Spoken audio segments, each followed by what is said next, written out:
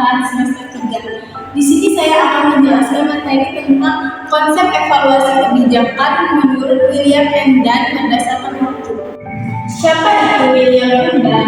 William Engdan adalah seorang pakar bidang analisis kebijakan publik yang dikenal melalui bukunya yang berjudul Public Policy Analysis and Introduction.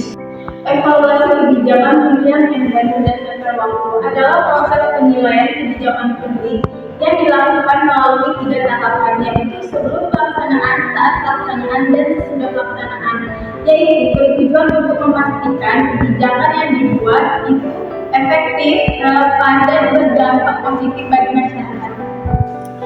Evaluasi kebijakan sebelum dilaksanakan. Evaluasi ini dilakukan untuk memastikan apakah kebijakan yang dilakukan itu layak dan efektif.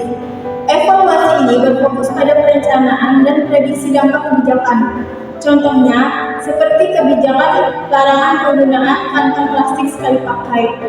Sebelum dilakukan kebijakan, kita juga perlu melakukan studi kelayakan untuk mengetahui seberapa besar sampah plastik yang mungkin bisa kita kurangi. Yang kedua, kita juga perlu mengetahui dampak bagi industri yang memproduksi plastik. Yang ketiga, kita juga perlu mengetahui bagaimana respon masyarakat terhadap alternatif yang disediakan seperti kantong belanja ramah lingkungan. Evaluasi kebijakan saat dilaksanakan. Evaluasi ini bertujuan untuk memastikan pelaksanaan sesuai dengan perencanaan dan mengidentifikasi masalah-masalah yang muncul. Contohnya seperti program bantuan sosial uang tunai. Saat program itu berlangsung, kita juga perlu mengawasi yang pertama, apakah bantuan tersebut sampai kepada penerima yang tepat.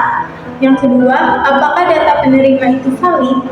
Yang ketiga, apa respon dari penerima bantuan itu.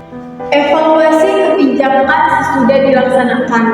Evaluasi ini bertujuan untuk mengukur efektivitas, efisiensi, dan dampak secara keseluruhannya. Contohnya, seperti kebijakan vaksinasi massal COVID-19.